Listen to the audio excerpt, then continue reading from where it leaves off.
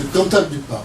Monsieur Cantal Dupart est très connu dans le monde de l'aménagement, de l'architecture.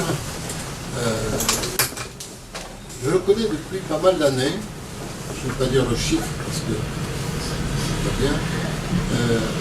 Mais il m'est arrivé personnellement quelque chose d'assez extraordinaire dans ma vie, c'est d'avoir suscité, encouragé, facilité, mais je ne l'ai pas fait de mes mains, le viaduc de Millau.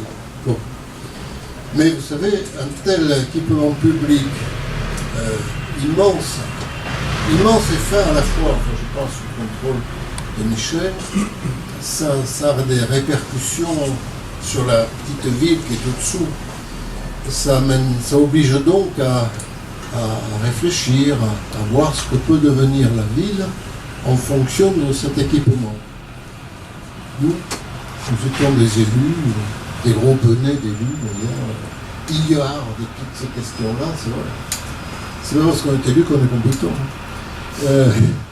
Et une idée a surgi dans le petit groupe que j'animais avec mes adjoints, et si on demandait à un très grand de l'aménagement de nous conseiller. Réflexion de ma part, mais on est trop petit, jamais il ne s'intéressera à une ville comme nous. Vous ne saviez pas ça, mais moi j'imaginais absolument pas que vous puissiez regarder avec un microscope ce que nous étions après tout ce que vous aviez fait dans votre vie. Et puis pour finir, on s'est dit pourquoi pas. Et donc on vous a contacté, et j'avoue, sachez-le, pour tous qui êtes venus à Millau, qui viendraient, parce que c'est, comme disait Malraux sur le bouddhisme, on a été, on est, on sera. Donc, vous nous avez donné vraiment la clé pour marier une ville de 23 000 habitants avec cet équipement. Voilà, il y a eu un mariage. On aurait pu imaginer, parce qu'au départ, au fond, c'est jamais qu'une déviation, hein. C'est une autoroute qui passe en dehors de la ville. Et grâce à vos conseils, à vos idées sur le jeu entre la ville, la rivière de Tarbes, et voilà, vous nous avez donné la clé. Je n'insiste pas, ce n'est pas l'objet ce soir de la conférence, mais ça vous explique les liens très spontanés, très rapides, qui sont nés entre nous, de grande confiance, et en même temps de beaucoup de goût pour rire, et pour tourner en dérision beaucoup de choses. Alors, je leur livre le secret de notre retrouvaille. Nous sommes tous les deux membres de l'Académie Alphonse Allais. Et voilà que, au cours d'un dîner de l'Académie, parce que quand même, il n'y a pas d'académie littéraire sans le bien manger, sinon c'est pas la peine. La conversation est venue, et c'est Michel qui spontanément m'a dit, mais vous savez, De Gaulle a fait des choses extraordinaires. Alors, venant de lui, j'étais assis, mais j'étais encore plus assis d'entendre ça. Et ça m'a fait tellement plaisir que, voilà, l'idée est venue spontanément. Et si on en faisait une conférence? Et la conférence, elle a lieu, c'est ce soir, et vous êtes là. Merci, à vous. Voilà.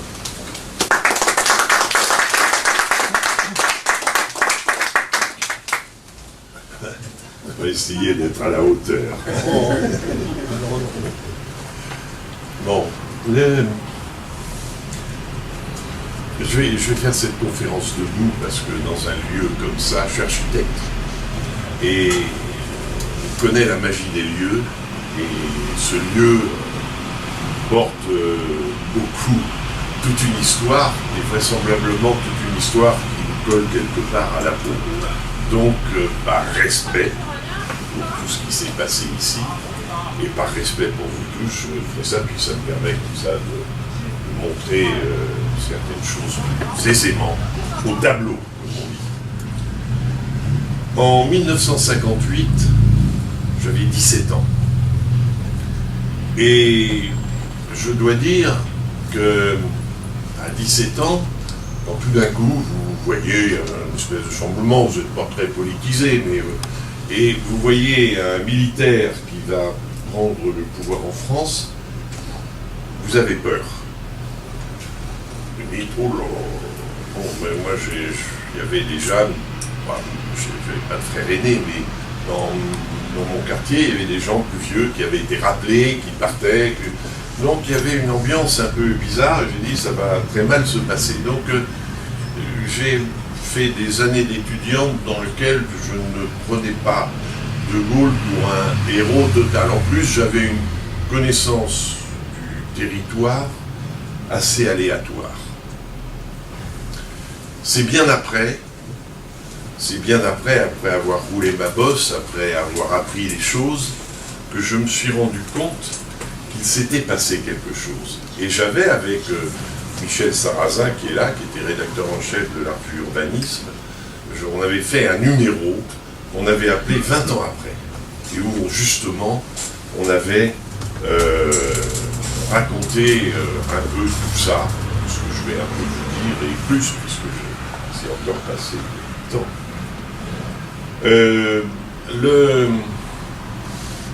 Dans ce parcours, où j'ai essayé de retrouver un peu tout ce qui s'était passé au niveau de l'aménagement du territoire, je dois dire que tout ça était un petit peu incongru. Je me rappelle très bien, je citerai une phrase d'Émile Biasini en disant De Gaulle, aménageur du territoire, c'est pas là où il a le plus brillé. Eh bien, je pense que c'était une vision au pare-brise. Né sur le pare-brise, il n'avait pas le recul nécessaire, bien que ce soit quelqu'un d'important. Et donc, je vais me permettre, je ne suis pas historien, mais je vais me permettre de retracer quelques aspects visionnaires de notre général, je vais dire. Ça, le hasard veut, on a décidé cette date il y a longtemps, et je trouve que, en ce moment, en France, tout ce que je vais dire, c'est sur un éclairage totalement d'actualité. Peu de gens ont une vision. On voit bien, on a entendu notre président de la République hier soir. Bon, il a une bonne volonté, mais il ne donne pas la vision. Vous allez voir tout ce qui a été fait. Le général de Gaulle arrive le 29 mai ou le 30 mai au pouvoir, et dès le 17 juin, il se passe des choses. Et c'est ça qui est assez intéressant. Donc avant, rapidement, tout l'aménagement du territoire et sur l'ouvrage de Jean-François Gravier qui pèse, il s'appelle Paris et le désert français. Si vous lisez son roman, c'était un de mes prédécesseurs comme professeur au Conservatoire national des arts et métiers. Et il raconte, c'est pas exactement Paris et le désert français, mais il parle d'aménagement, il faut de l'aménagement du territoire, sauf que toute la France dit oui, c'est Paris qui, ils le disent toujours d'ailleurs, c'est Paris qui nous tire les moyens que nous n'avons plus, etc. Et puis, tout ça, tout ce que je vais vous raconter, ça s'est passé pendant les 30 Glorieuses, qui est un essai de Jean Fourastier, où effectivement tout était possible. Il y avait, bien que ce soit en pleine reconstruction, il y avait des moyens énormes, des moyens humains et des moyens financiers.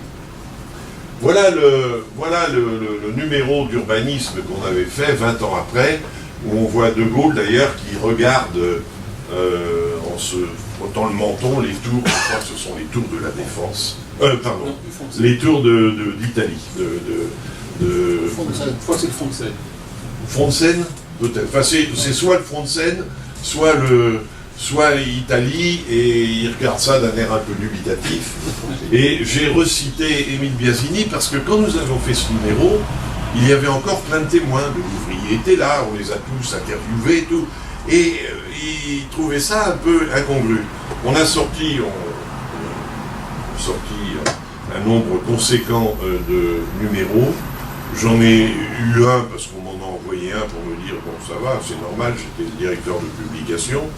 Eh bien, si vous en cherchez un, ça ne se trouve plus. Ils ont été entièrement rachetés par peut-être vous tous, enfin peut-être, je ne suis pas sûr qu'il y en ait un à la Fondation. Donc c'est assez étonnant, mais il y a eu ça a eu un succès, c'était le numéro qui a eu le plus de succès de tout ce que nous avons fait. Bon. C'est simple. 1958, en juin, il crée les CHU.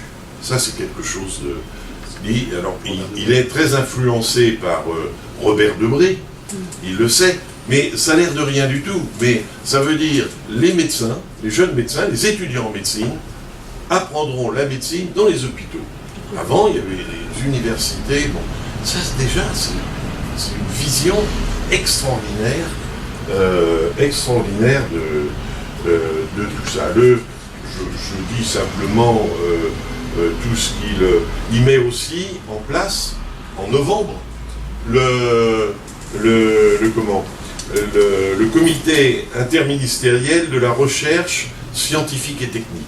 C'est-à-dire qu'il décide, il met d'entrée tout ce qui est, il s'intéresse à la recherche à l'université d'entrée. C'est quelque chose qui est assez étonnant. En 1959, il lancera sur Paris les deux grands quartiers, le front de Seine et Italie Paris 13. Je ne vous cache pas que l'urbaniste que je suis est très réservé par rapport à tout ça. Je ne vais pas vous vanter, mais c'était une époque.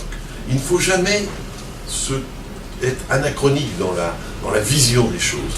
C'était une époque où on était en pleine reconstruction, il y avait et les architectes pensaient que c'était ça. Le grand nombre des architectes pensaient que c'était ça qu'il fallait faire.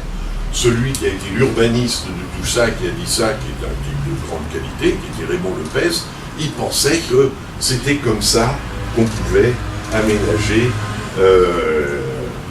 le Grand Paris, on va dire, même si ça ne s'appelait pas le Grand Paris.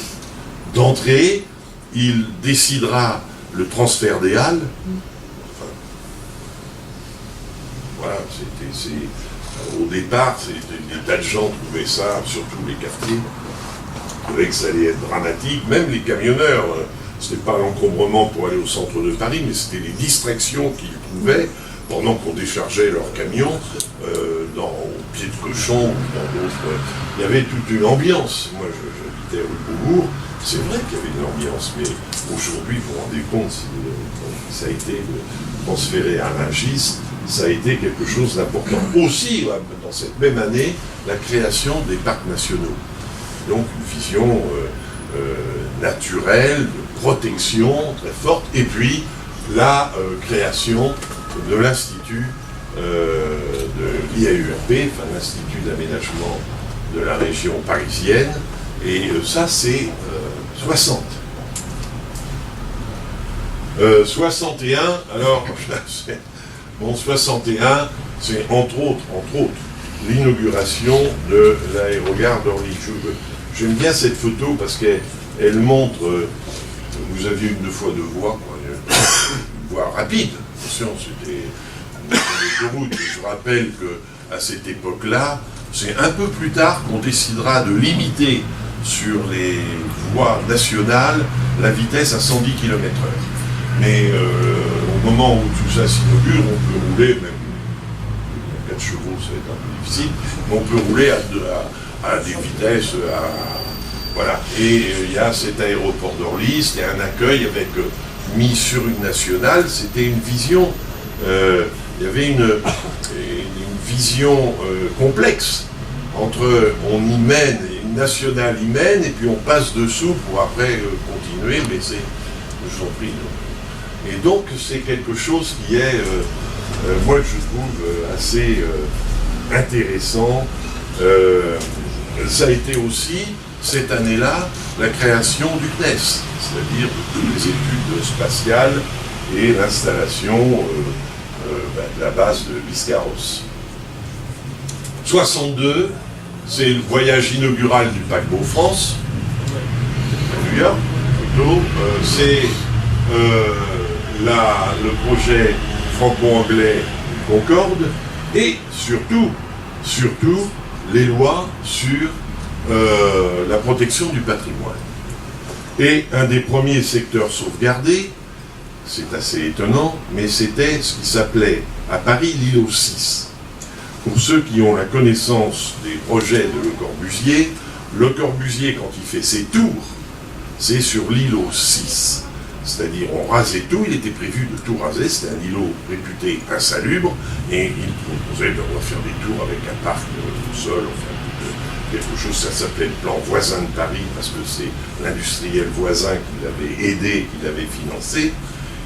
Eh bien, l'îlot 6 a un autre nom aujourd'hui, ça s'appelle le Marais.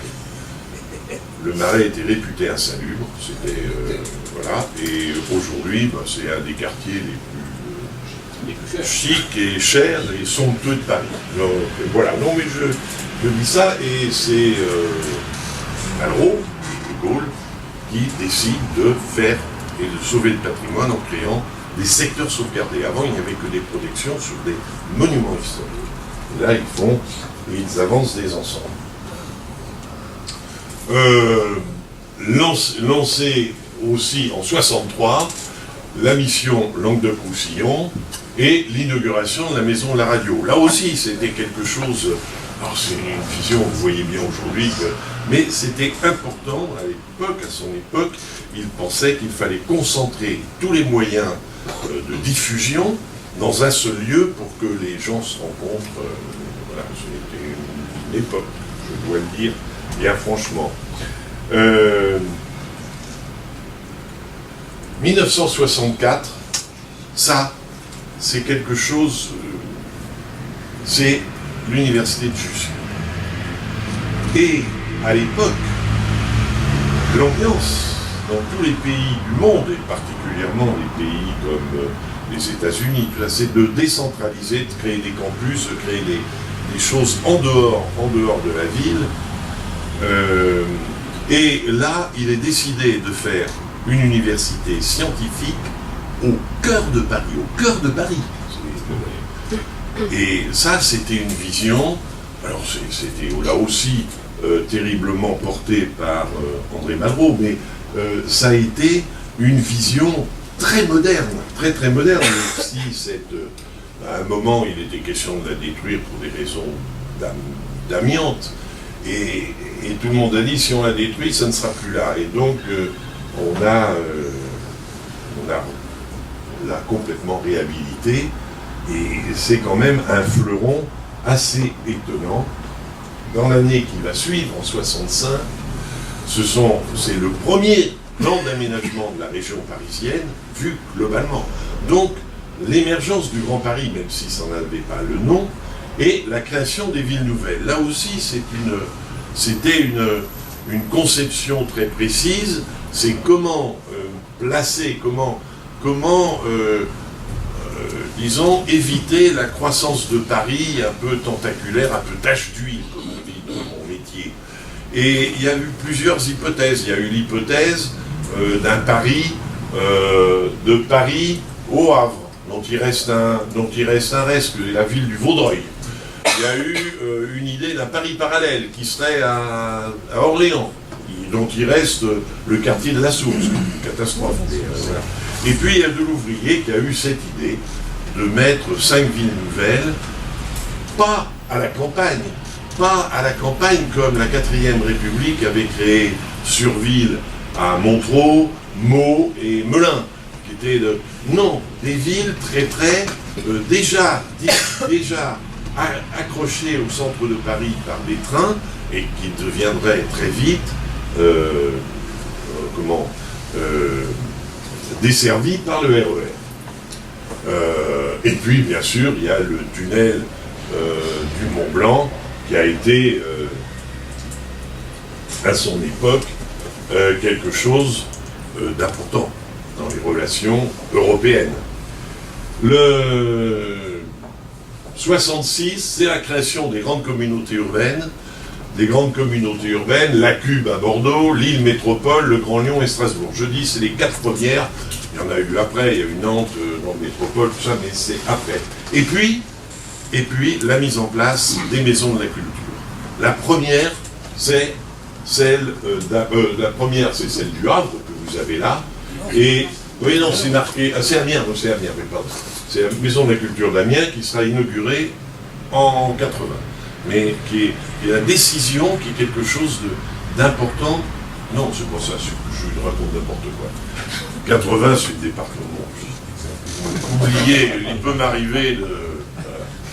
Mais c'est quelque chose qui sera important, il y aura les maisons de la culture. Là aussi, c'est un avis très important.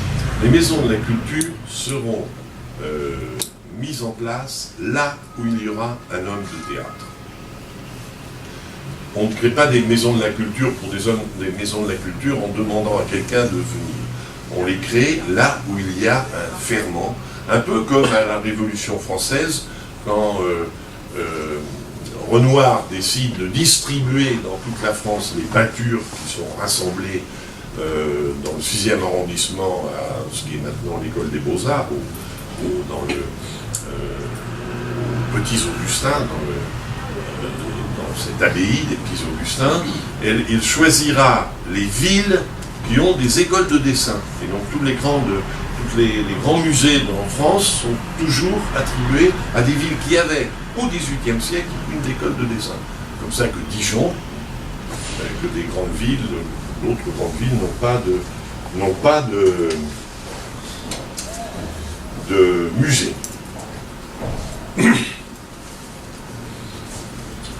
En suivant toujours, après la création de la mission Languedoc-Roussillon, il y aura la mission Aquitaine et l'inauguration de l'autoroute Paris-Lille. Là aussi, je laisse cette photo un peu... c'est aussi l'année où ils vont créer les DDE, où il va y avoir les réformes sur les grands ensembles, où il va y avoir la loi d'orientation foncière. Et la loi d'orientation foncière, quelque chose de très important, parce que ça détermine ce qu'on fera des ZAD et ce moyen formidable qui était très intelligent, qui était les ZAC. Hélas, et les ZAD et les ZAC ont été systématiquement dévoyés parce que les gens ont créé des dérogations, alors que les textes étaient très précis dans la vision complexe que ces quartiers devaient avoir par rapport à eux-mêmes et surtout par rapport aux quartiers environnants. Entre autres, ils devaient permettre l'équipement de quartiers qui ne l'étaient pas à ce moment-là. 1968, c'est Fos-sur-Mer, c'est le port autonome de Paris, c'est l'université Paris-Dauphine et l'université Paris-Vincennes. Et ces universités, alors que Nanterre était aux confins, enfin, réputée comme étant à la limite, ces deux universités sont quasiment dans Paris. Elles sont même dans Paris, puisque le bois de Vincennes, c'était Paris. Et puis on arrive en 1969 avec le premier vol de Concorde et le départ, moi je les vois ici, cette figure absolument extraordinaire de Charles de Gaulle et son épouse en Irlande, loin de tout, qui tout d'un coup apprécie ce paysage absolument étonnant. Alors, si on regarde tout ce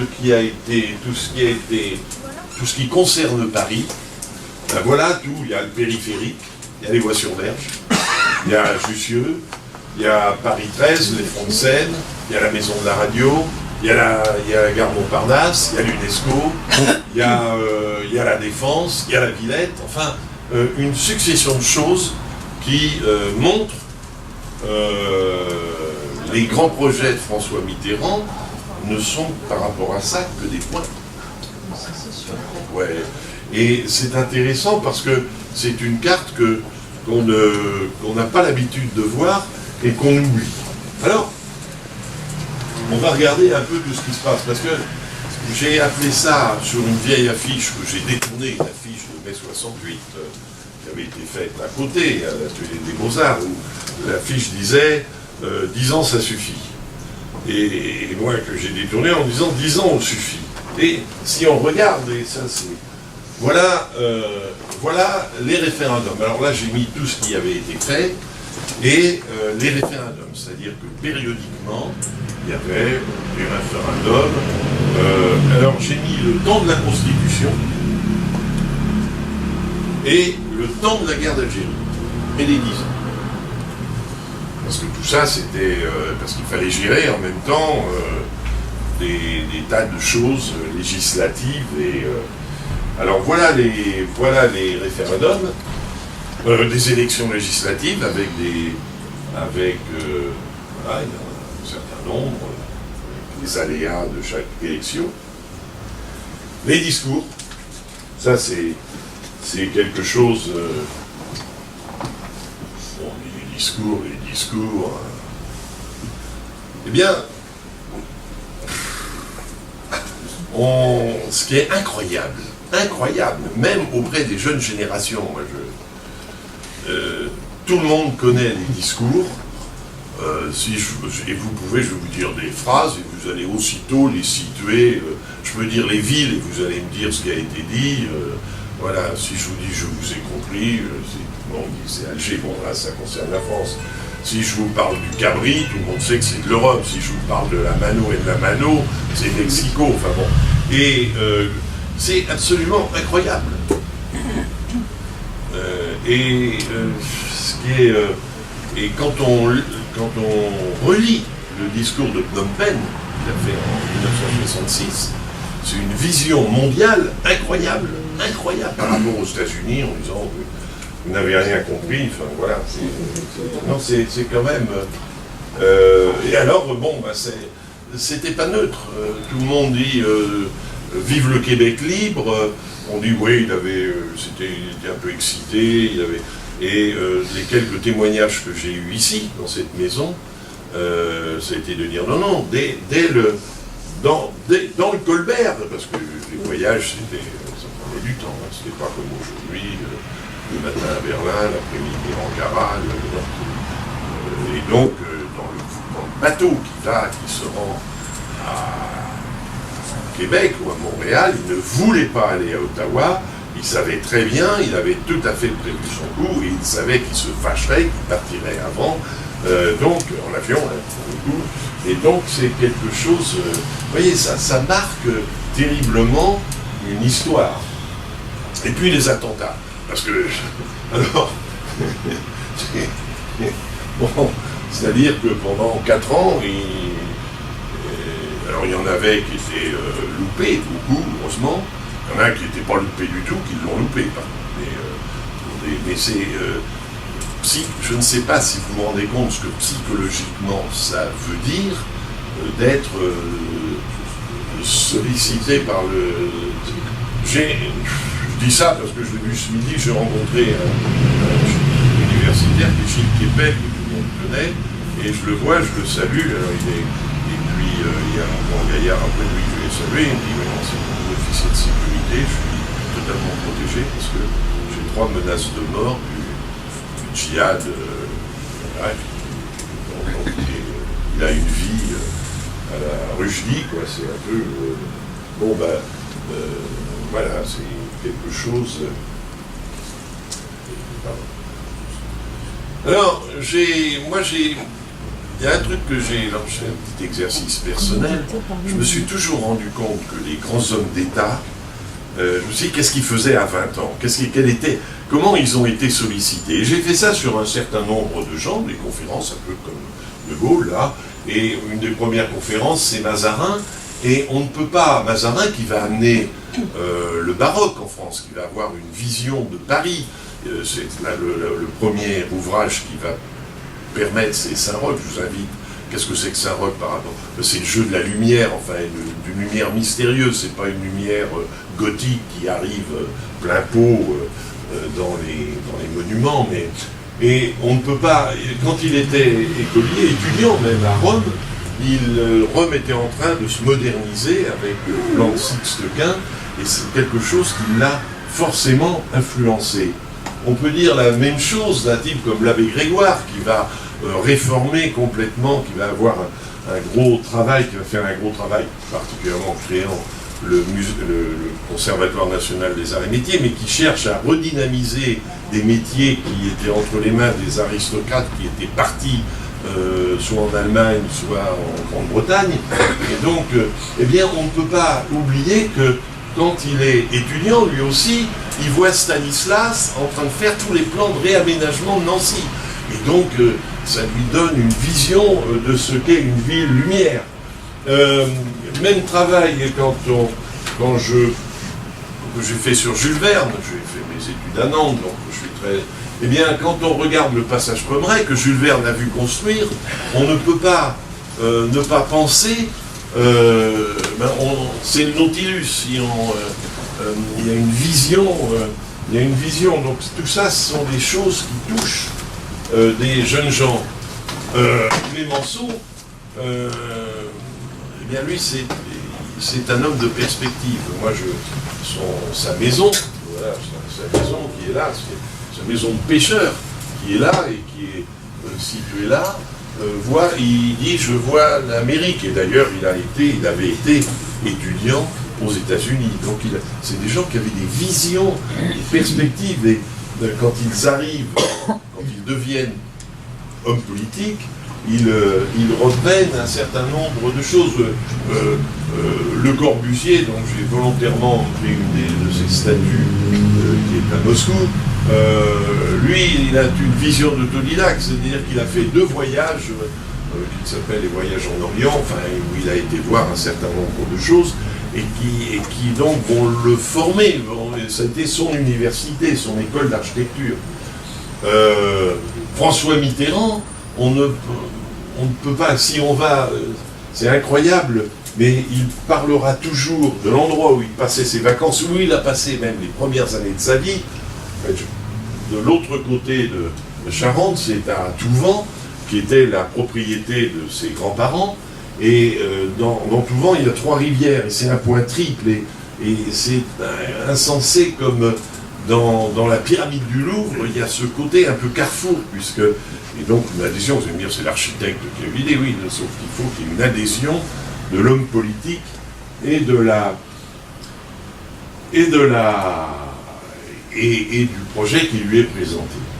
Et De Gaulle, c'est une longue histoire, donc je vais vous parler. Bon, on le connaît aujourd'hui sous 2 aspects, cette statue qui est juste en face, celle de Clémenceau, que je vous ai montré tout à l'heure, à l'opposé de celle de Churchill, et je trouve que c'est assez étonnant que ces 3 personnages du XXe siècle soient réunis sur une seule et même avenue. Et puis il y a cette croix de Lorraine, et puis sa maison natale de Lille. Alors, en fait, De Gaulle, on dit que c'est un homme de Lille, il était très attaché au Nord, c'est sûr, il y a passé les toutes premières années de sa vie, mais il était profondément parisien, sur 3 lieux. D'abord, sur 4 lieux, ils habitaient avec sa famille, ils habitaient à Mille-Breteuil, là, en Rouge. Il allait en classe chez les jésuites à l'Immaculée Conception. Il fera son école primaire à Saint-Thomas d'Aquin, ici, et il préparera Saint-Cyr à Saint-Stanislas, là-haut.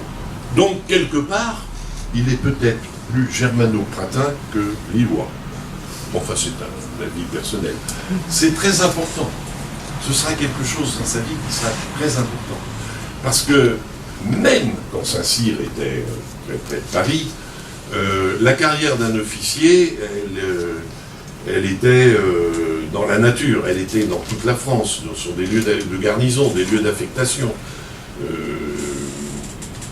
C'était très rare que des gens aient une carrière, toute une carrière, liée à Paris. Le général de Gaulle aura une carrière, on va voir tout à l'heure, très liée à Paris. Alors, il y avait Lille, mais il y avait surtout Verteillac, la Ligerie, qui était une propriété que ses grands-parents avaient achetée en 1900 et qui rendront en 1900. Regardez bien ce... Je me rappelle avoir discuté avec Jean-Paul Goffman, quand on visitait la boisserie tous les deux. Enfin, il écrivait un bouquin sur la Marne, et on visite la maison du général de Gaulle, et il avait fait rajouter après la guerre une tour hexagonale, et il me disait c'est ridicule, je dis quand même, moi. Et bon, j'avais entendu ça. Et quand on voit ça, il y a un côté, qui... Et j'ai repris cette petite comptine d'enfant, La Tour prend garde, parce que je ne sais pas s'il l'a chanté, ou si sa grand-mère lui a chanté, ou si sa mère lui a chanté, mais il y a un côté tour des échecs, c'est-à-dire pas un cheval qui va de travers, mais où ça va en ligne droite, où ça va vers la gauche, ou la droite, où ça va tout droit.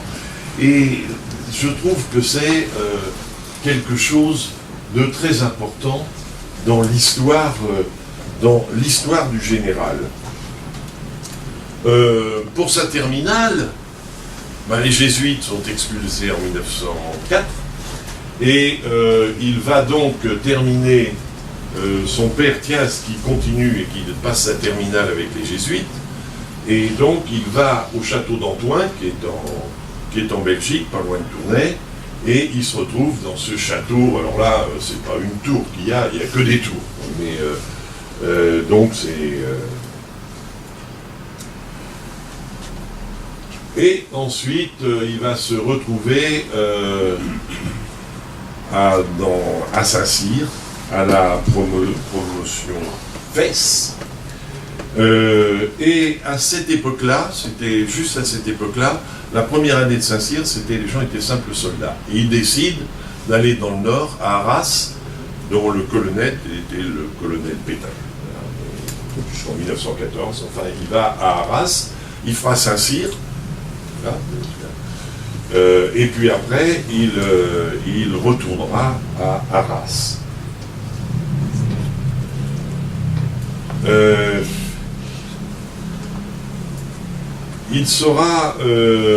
Il aura avec ce 33e régiment d'Arras, il va se balader, il va se balader, il va combattre en Belgique, et il est un peu fasciné, un petit peu comme au Québec. L'armée française est accueillie par tous les Belges qui chantent la Marseillaise, et il va charger à la tête de ces hommes au pont de Dinan, il y a une rappelée, et là il va être blessé, et il rejoindra le front un peu plus tard, et tout va se passer, tout va se terminer dans cette période du 2 mars 1916 par où il va défendant le bourg de Douaumont, qui existait encore, même en ruine. Voilà, en ruine aujourd'hui, ça n'existe plus, il n'y a plus rien. Mais en défendant le fort de Douaumont, le 2 mars 1916, il va être fait prisonnier. Tout le monde pense qu'il est mort, parce qu'il s'est évanoui, et on pense que le capitaine de Gaulle est mort. Là,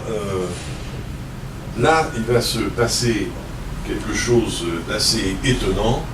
Il va être prisonnier, il va commencer par aller à Mayence, ici, où il va être soigné, et puis j'ai mis dans l'ordre toutes les résidences, toutes les citadelles où il va aller, et il y a même tout près de Wulfsburg, ici, une ville, c'est le dernier fort où il sera, et c'est assez étonnant.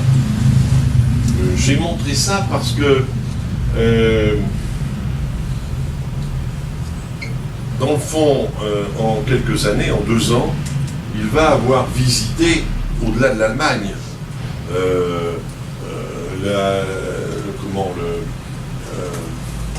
la Lituanie, des tas de régions européennes.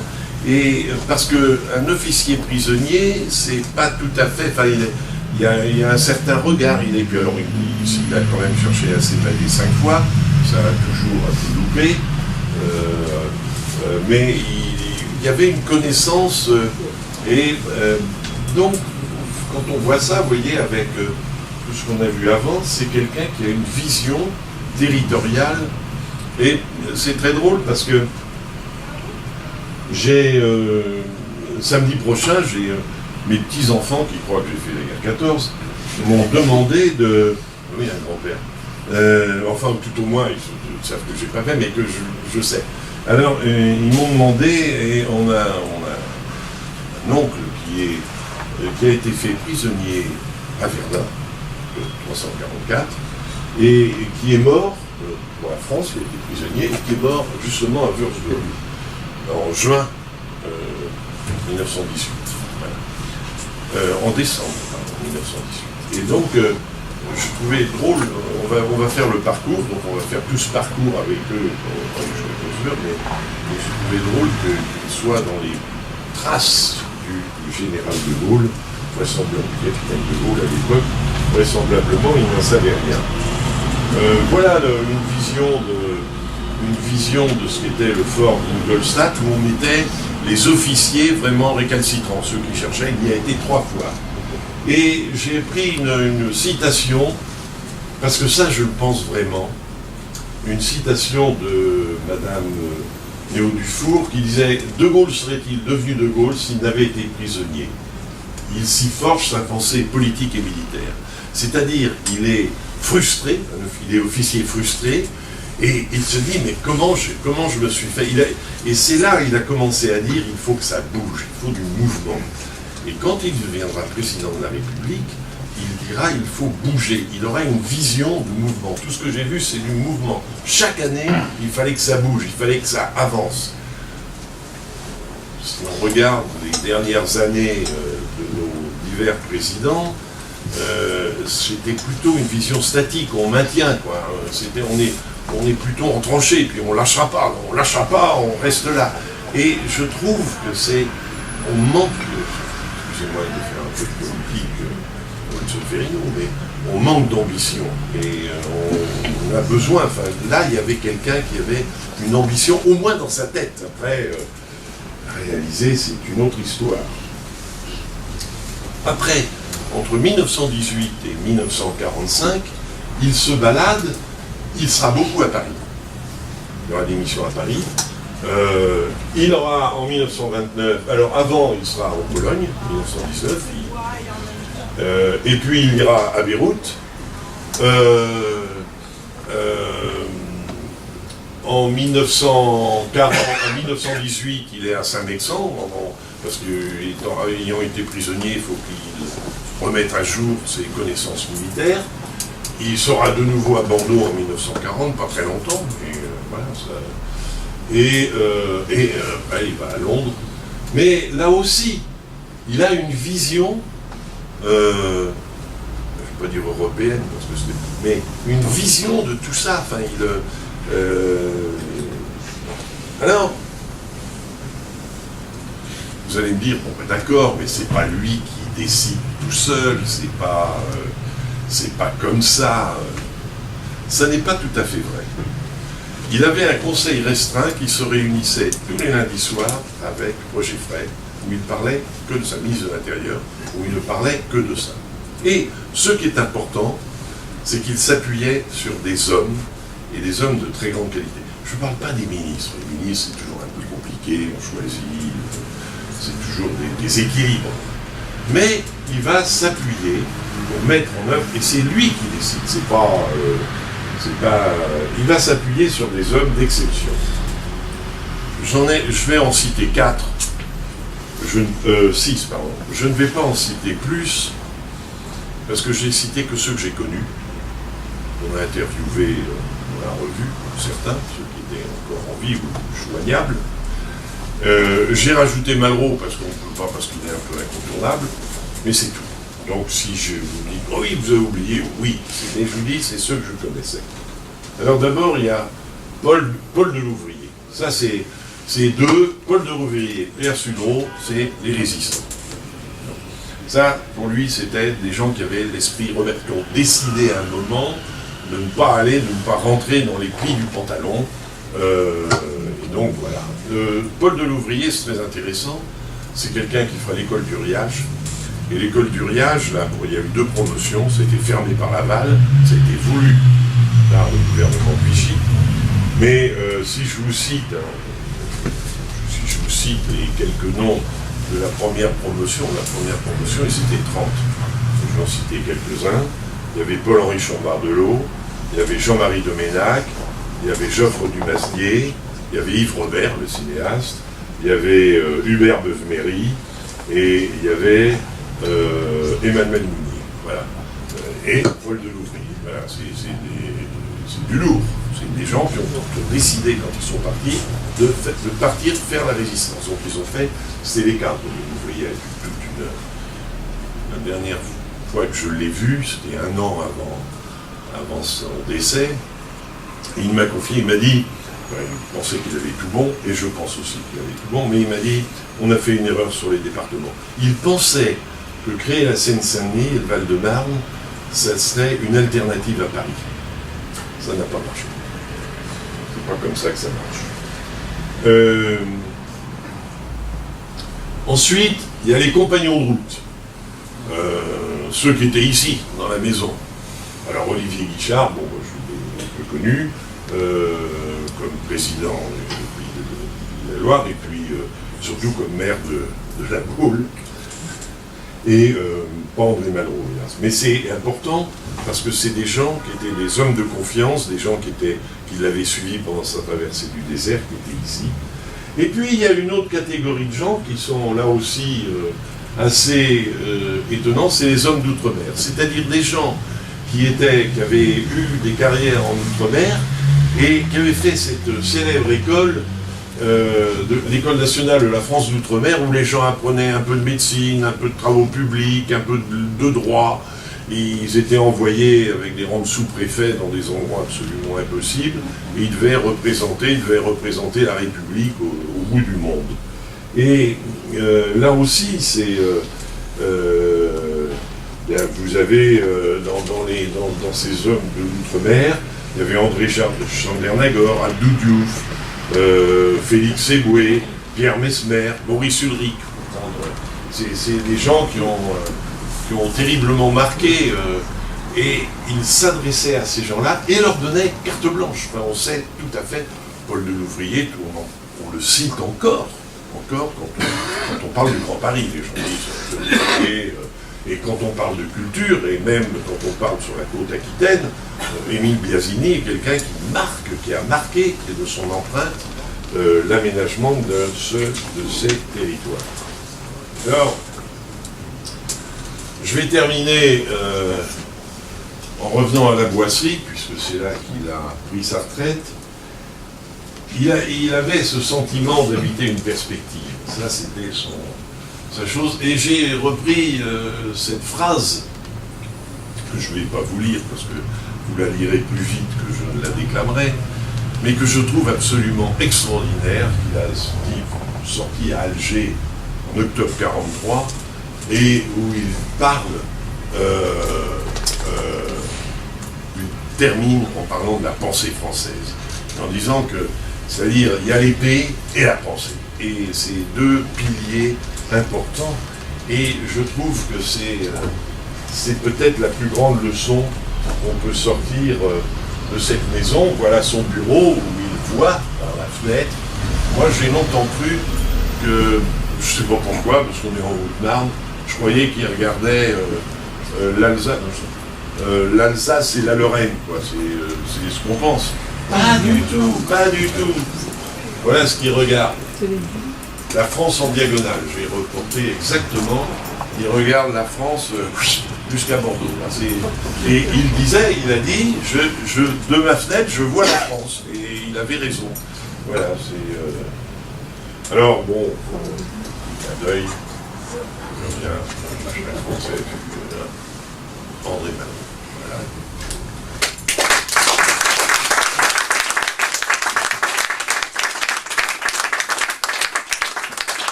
Maintenant, si j'ai oublié quelque chose, aidez-moi. La parole est à la salle.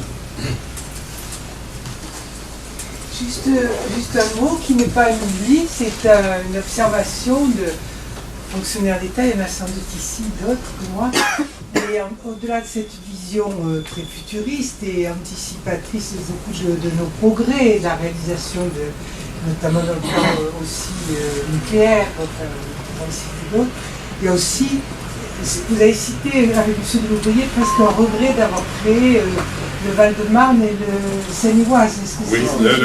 Oui, d'avoir fait la départementalisation, parce que couronne, ça voilà.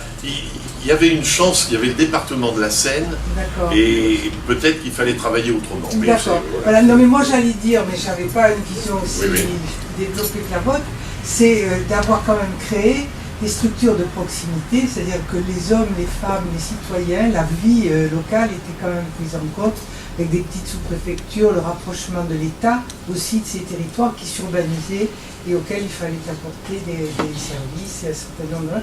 On était avant la décentralisation.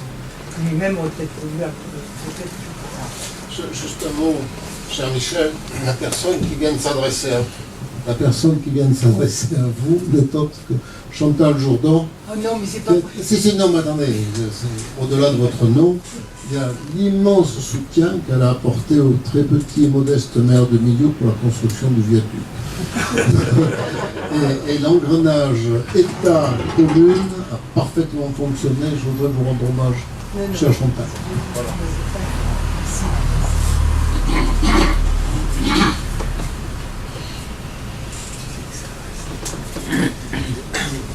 Merci pour votre intervention. Non, je pense que j'aurai pas besoin de micro. C'est moi qui n'ai pas besoin de micro. Merci, c'était très intéressant. Vous avez évoqué la figure d'Olivier Guichard.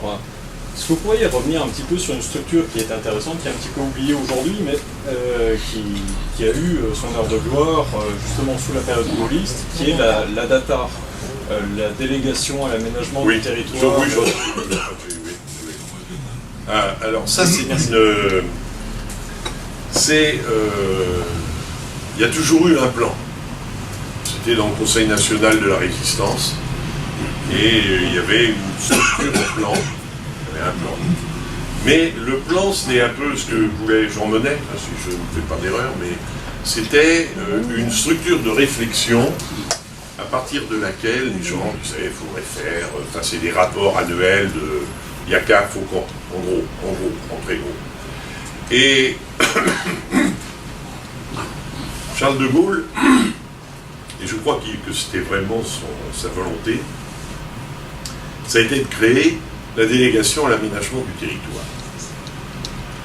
Et c'était quelque chose qui était volontariste, très volontariste. Par exemple, à partir de la DATAR, avait établi que tout siège social qui se créait en agglomération parisienne devait obligatoirement être disposé dans les villes nouvelles. C'est une catastrophe pour la banlieue. Mais c'était une volonté de faire exister, de faire fonctionner ces villes nouvelles. De même, quand une entreprise décidait de s'implanter quelque part, la DATAR disait là, pas là. C'est comme ça que des villes comme Bordeaux ont été vues des infrastructures, de grosses infrastructures, s'installer là. Et d'autres villes, c'est à chaque fois. Mais il y avait c'était une vision très colbertiste, très dirigiste. Et là-dessus, il ne s'est pas trompé. Le premier délégué, c'est Olivier Guichard. Alors,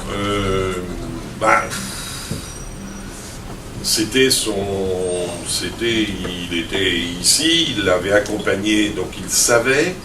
Je pense qu'il a mis quelqu'un qui avait une connaissance du territoire importante.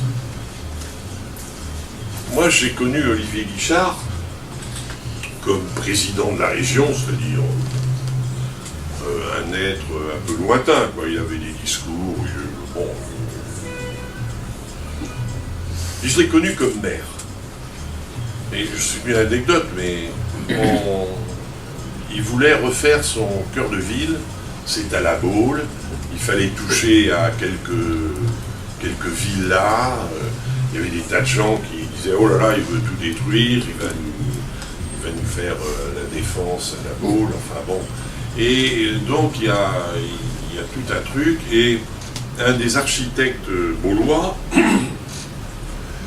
lui dit « J'ai une idée, on devrait faire venir Cantal, parce qu'il va nous aider à permettre que se fasse quelque chose tout en préservant.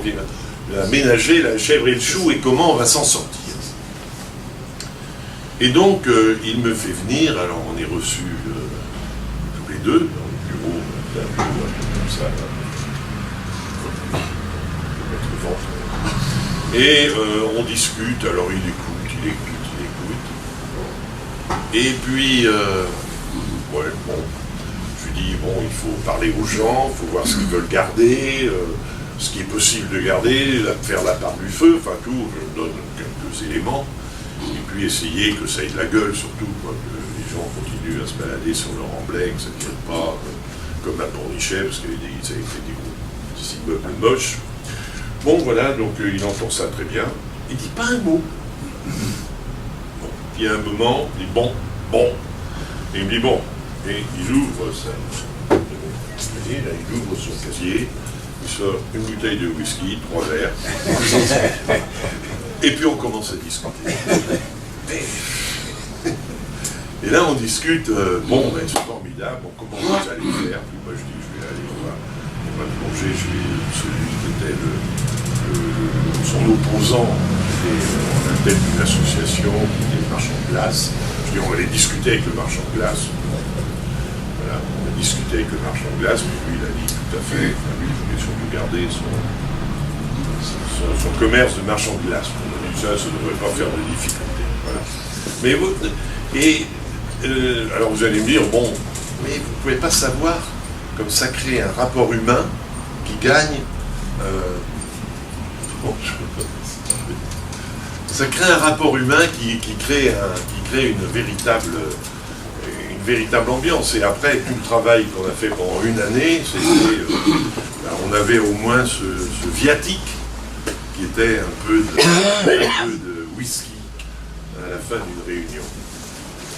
Voilà, je ne sais pas si j'ai vraiment répondu, mais c'était un homme lointain et très proche. Enfin, pardon, excusez-moi. Oui, juste une...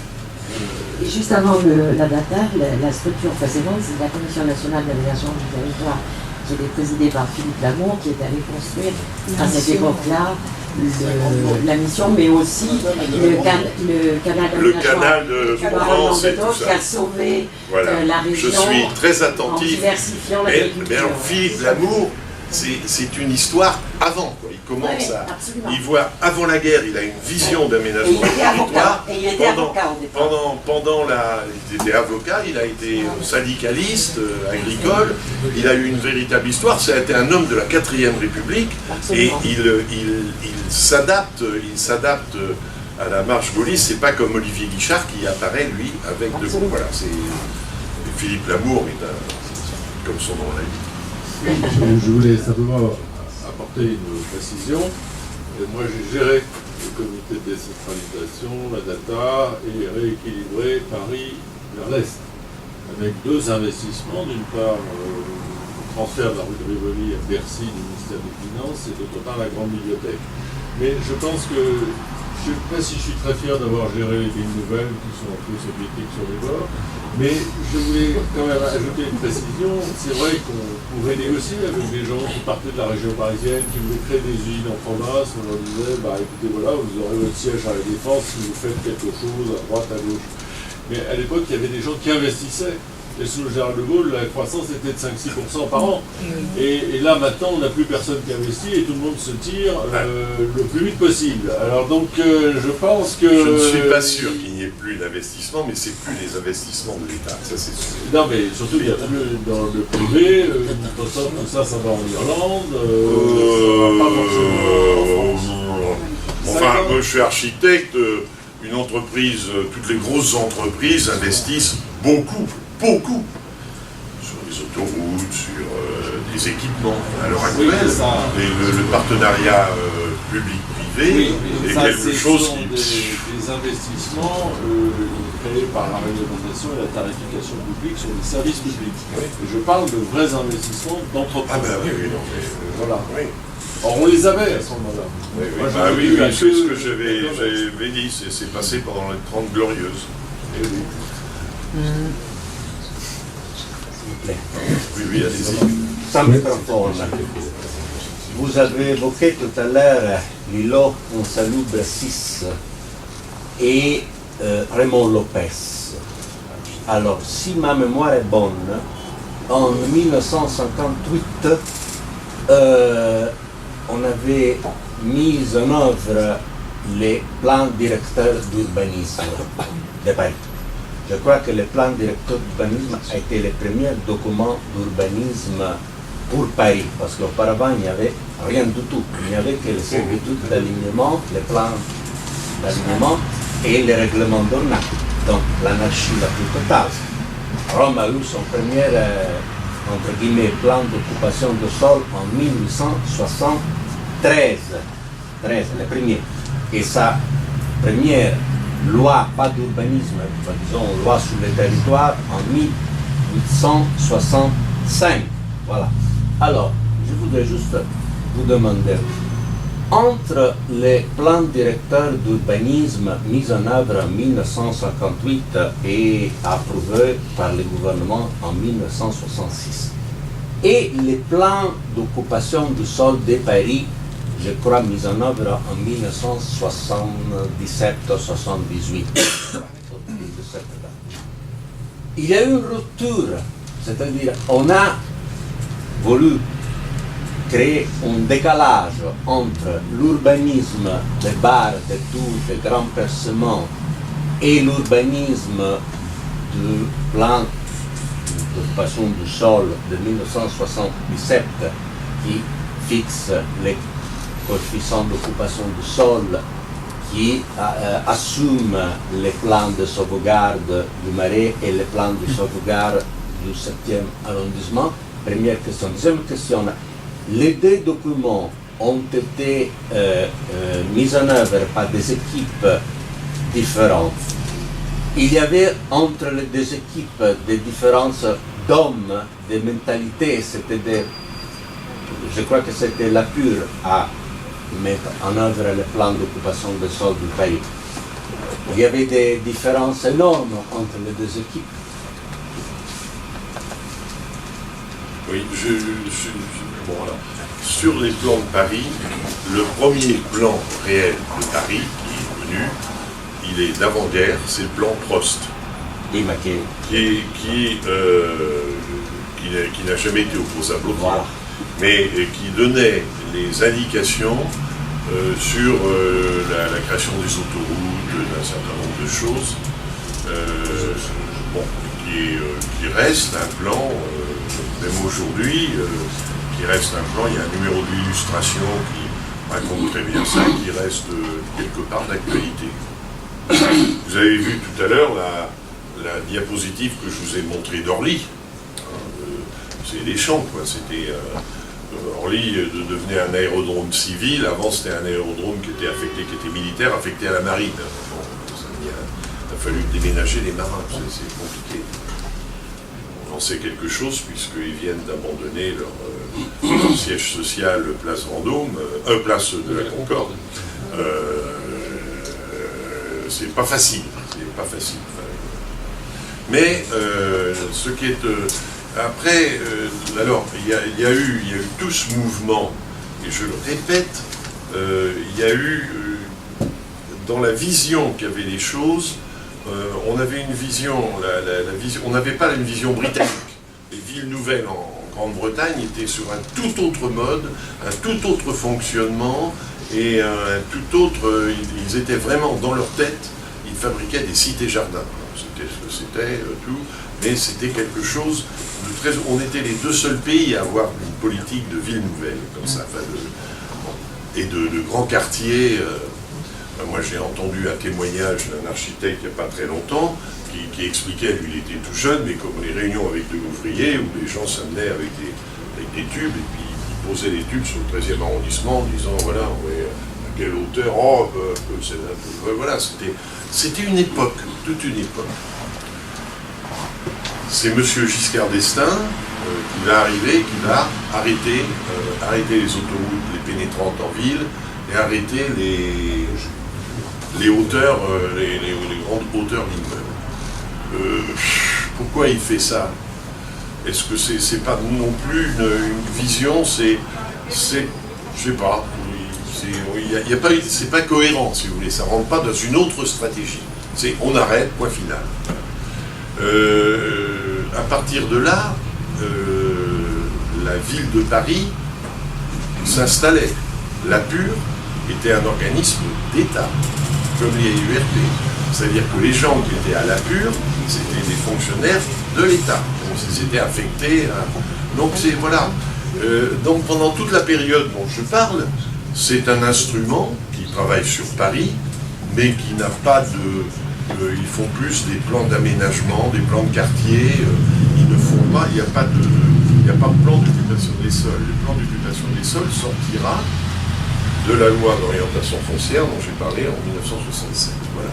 Et donc moi, comme ça, il y a rupture. Là où il y a rupture, c'est que les gens vont se servir de la loi d'orientation foncière pour créer des ZAC. Et les ZAC, sur Paris, c'est systématiquement une dérogation. C'est-à-dire que ça échappe au droit commun. Ce qui est complètement... c'est-à-dire il y a un PLU, tout, paf, on fait une ZAC, et il va falloir attendre très longtemps pour que la ville de Paris modère ou réglemente les ZAC en disant ça rentre dans ce que voulait le législateur, c'est-à-dire faire quelque chose qui profite à l'ensemble. Voilà. Mais est-ce qu'aujourd'hui, moi je le pense comme tel, est-ce que ce qu'on peut penser dans le petit Paris, le Paris communal, sans regarder tout ce qui se passe en région parisienne, moi je trouve un petit peu dangereux. Je trouve pas ça très correct. Voilà. Moi je trouve formidable, moi je suis en vélo, je fais une voiture, je trouve ça formidable de me balader, je trouve que Paris c'est formidable. Je vais en banlieue en vélo, je vais même très loin, bon ça va, tout est bien. Mais on ne peut pas. Il faut savoir que là, dans une ville, pour que le transport en commun soit performant, on considère que quand 40% des gens qui se déplacent en transport en commun, c'est formidable. Je veux dire qu'on en est encore loin. Donc il y a 60% des gens qui sont alors un peu à pied, un peu en vélo, mais très peu, et beaucoup en voiture. Alors c'est un véritable enjeu. C'est comment c'est pas difficile de voir comment aujourd'hui les RER, tout est saturé, quoi. Donc comment on fait? Alors, tout le monde dit qu'il faut rapprocher les emplois et les logements. D'accord, mais si vous êtes infirmière à la Pitié-Salpêtrière pour habiter le 13e arrondissement, bonjour. Pas possible. Donc, voilà. Bon, c'est un problème complexe d'urbanisme. Mais c'est vrai qu'il y a actuellement un plan général qui est en révision, mais qui n'est pas exactement opposable au tiers, sauf sur les grandes infrastructures, comme Grand Paris Express. Mais il n'y a pas de vision. Enfin, moi, je trouve qu'il n'y a toujours pas sur la région parisienne, quand on veut faire une ville-monde, une vision stratégique. Ils disent réellement ce vers quoi on va et comment on y va.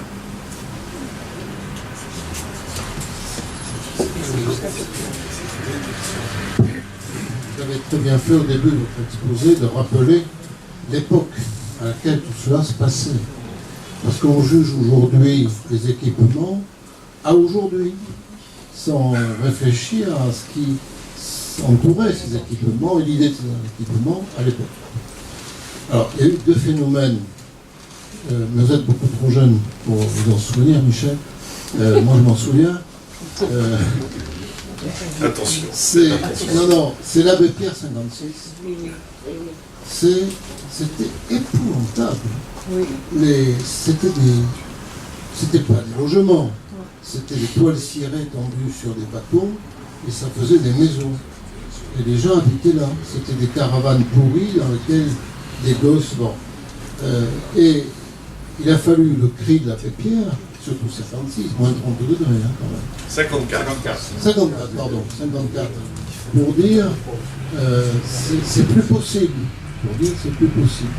Il a fallu attendre, je peux lui rendre hommage, Chaban-Delmas pour dire plus de tels logements en France. Absolument. Et la deuxième chose, alors que moi 16 ans après. 16 ans après, que j'ai vécu, c'est le provincial qui parle, Daniel Cousse me comprendra, c'est quand même l'exode rural. L'exode rural parce que, voilà, il fallait que l'agriculture devienne concurrentielle sur le plan mondial, d'abord européen puis mondial, que les exploitations qui faisaient 5-6 hectares, il fallait qu'elles faisaient 30 hectares pour être viables, mais que va-t-on faire des enfants de ces exploitations? Mais ils courent travailler chez Citroën, Ketchavel, chez Renault, à Billancourt, à Toulouse, à la Sainte-Cazée, l'ancêtre de Sud Aviation. Voilà. On va travailler à Carré. Donc, à cette époque-là, comment faire pour accueillir tous ces gens des cités sordides et de la campagne?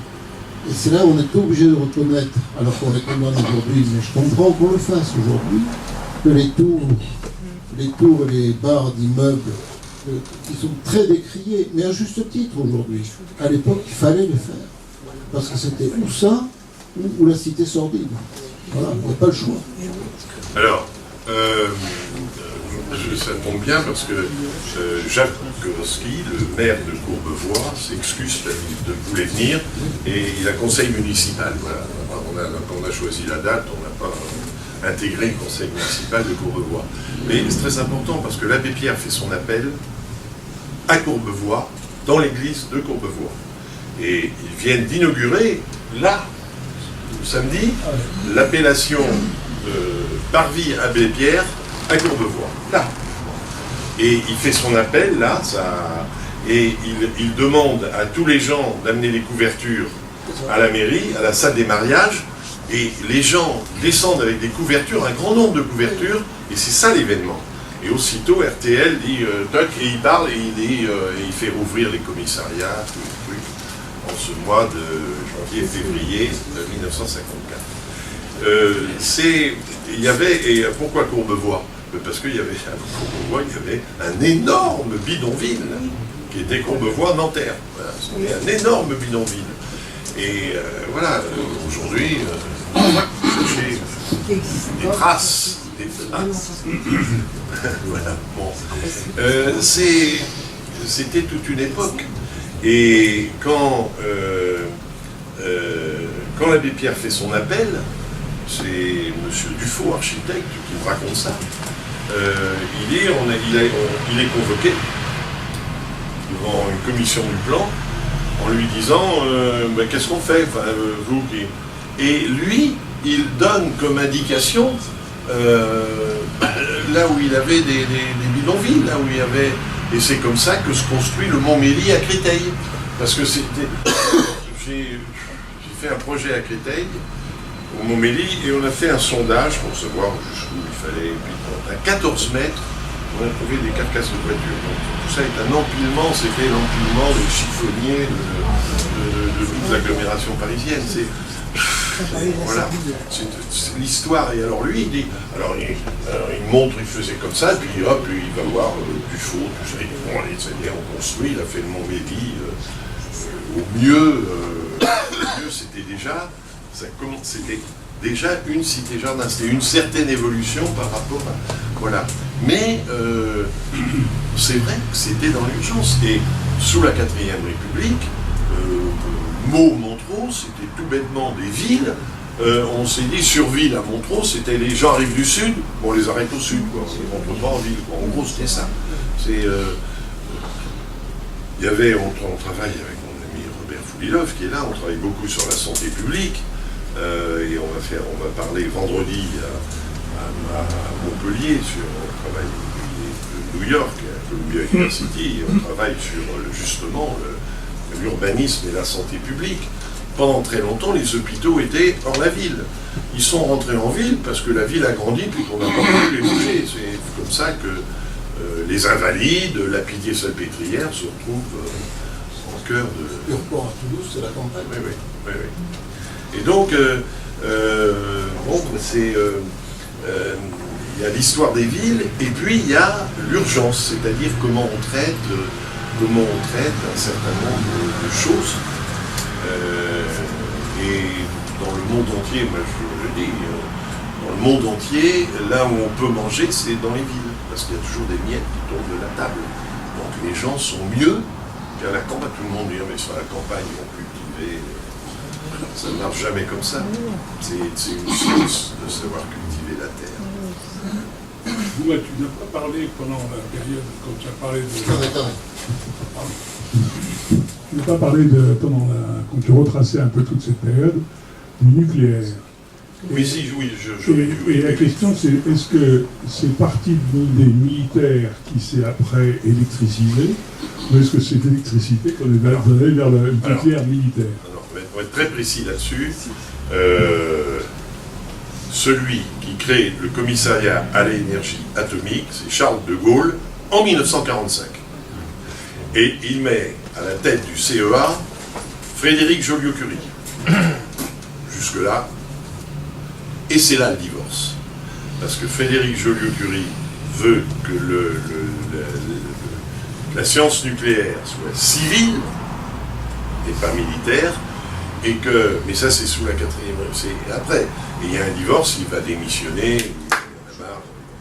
Et c'est, je trouve que c'est quelque chose, toute la discussion du nucléaire, il va réussir, il va quand même réussir à être la 3e puissance mondiale ayant la bombe atomique, dans des essais absolument dont on parle, Reagan, tout, bon. Mais c'est, ça existe, c'est là. Et c'est parce que c'est là que ça permet aujourd'hui de dissuader d'autres pays de se doter de l'arme nucléaire. Enfin, c'est tout le débat aujourd'hui par rapport à l'Iran, par rapport à la Corée, par rapport... et c'est les pays qui sont nantis qui disent « nous, on a décidé qu'on ne touchait plus, et donc ne touchez plus, vous non plus ». Voilà. Bon, c'est pas aussi simple. La vision civile est arrivée après. Comment, pardon ? De l'électricité civile. Ah oui, là, c'est arrivé après. Oui. Marcoule.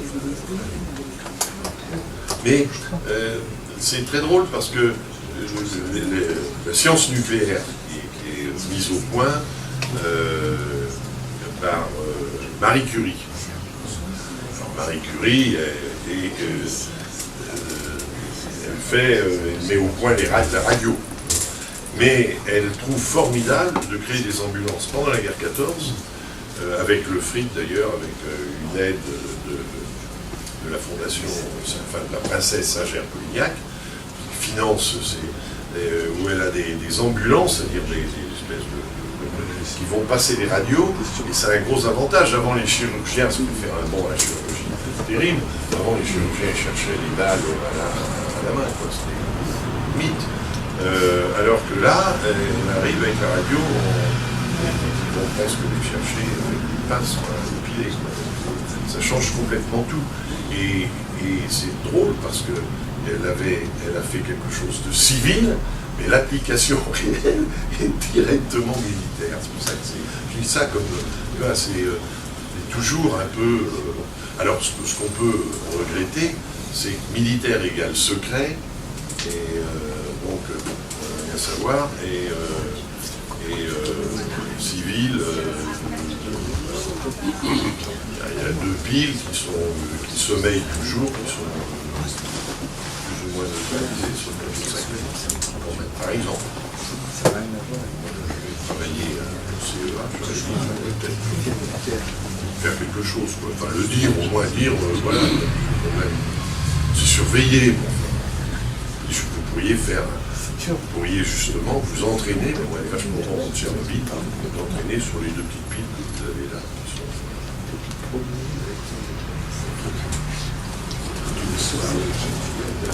Il y a l'espace aussi. Oui, bien sûr. Là Kourou, et puis des fusées, quoi. Oui, j'en ai pas mal. Enfin, là, c'est le Grand Paris. Très loin. Mais vous savez, moi, je dis qu'aujourd'hui, avec les TGV qui réussissent à mettre 2 heures entre Paris et Bordeaux, ce qui est encore très aléatoire, mais à l'heure actuelle, je reste, moi, sur la position du maire de Lyon qui, au moment du lancement du Grand Paris, avait dit « Moi, le Grand Paris m'intéresse parce que si Paris se développe, Lyon se développe. » Et c'est une vision territoriale de la France qu'avait tout à fait le général de Gaulle. Il pensait que si on développait la capitale de la France, Millau se développerait. Voilà.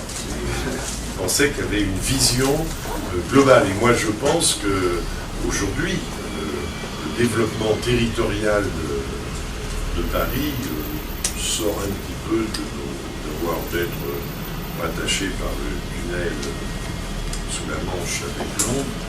Ça crée une puissance économique dont on ne profite pas, ni nous, ni les Anglais ne profitons réellement. C'est le Brexit, c'est autre chose, mais il y a un ensemble de 2 capitales, de 2 villes-mondes qui ont tout à gagner à jouer de concert. Question. Alors,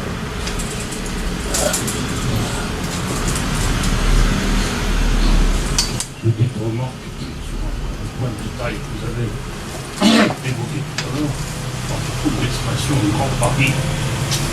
Vous savez, 2 ans en 1944, c'est bien cette expression, et je sais que 3 généraux allemands qui étaient à la tête de Paris, le général von Schuppan, son cousin Heinrich, et le fameux général von Clausewitz, était affublé, c'est le mot, était désigné comme haut commandant militaire du Grand Paris. Grosse Paris. Et absolument, du Grosse Paris. Et je dois dire que, oui, bien sûr, ils avaient à la fois ce genre d'orgueil, et en même temps, j'ai l'honneur de commander le Grand Paris.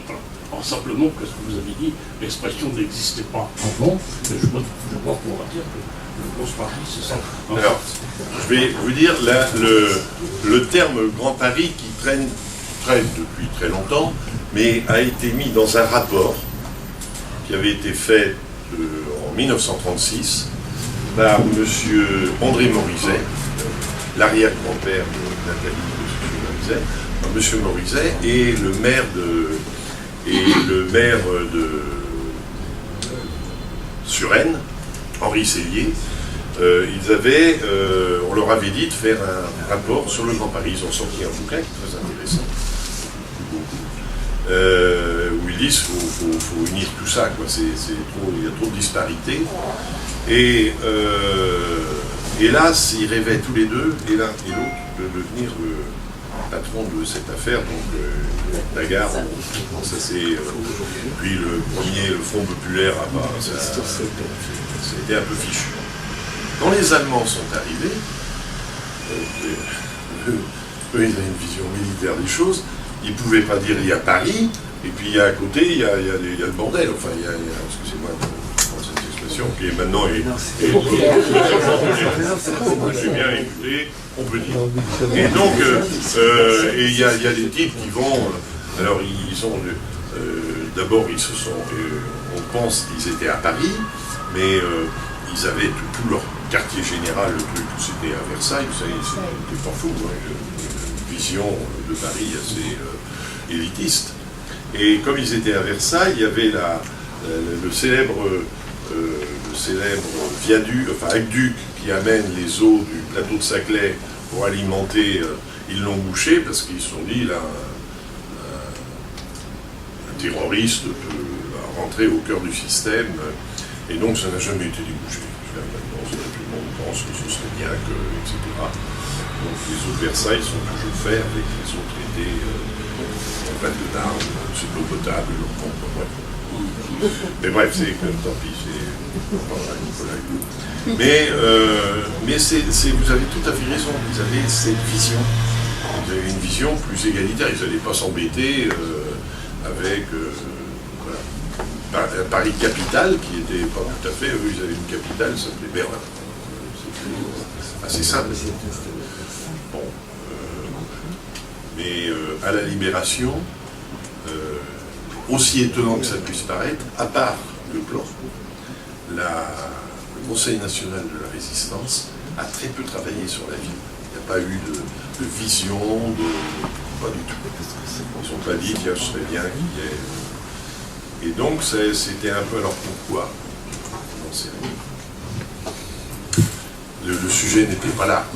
Reconstruire le... Ils ne pensaient pas que... Il y avait reconstruire les villes. Non, mais il y avait reconstruire les villes, ça c'est sûr. Et la reconstruction qui a été dirigée par les préfets, il y avait des commissions, c'était très intéressant d'ailleurs, il y avait des commissions qui mélangeaient les hommes, des professionnels et les propriétaires, une commission de propriétaires, et on leur demandait, est-ce que on disait, vous aurez le même nombre de mètres carrés, est-ce que vous voulez habiter là où vous habitiez, en centre-ville, bien qu'on élargisse les rues, ou est-ce que vous voulez aller à la campagne? Et c'était moitié-moitié, ce qui a permis de reconstruire l'Orient, de reconstruire Nantes, de reconstruire les centres-villes plus aérés qu'ils n'étaient.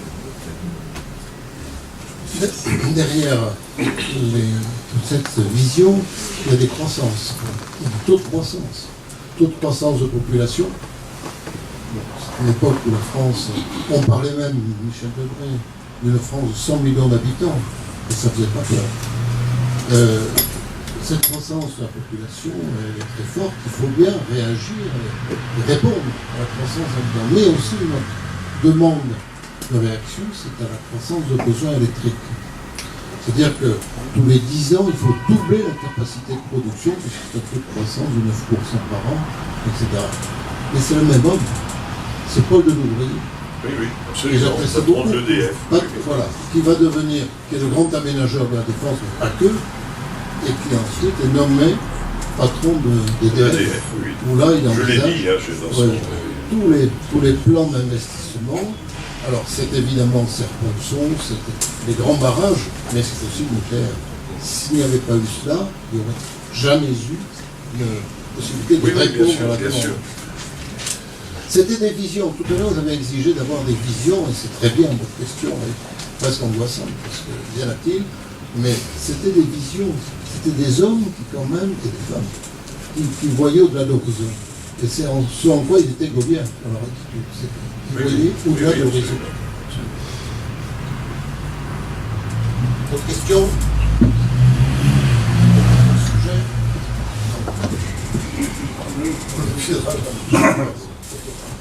Bon.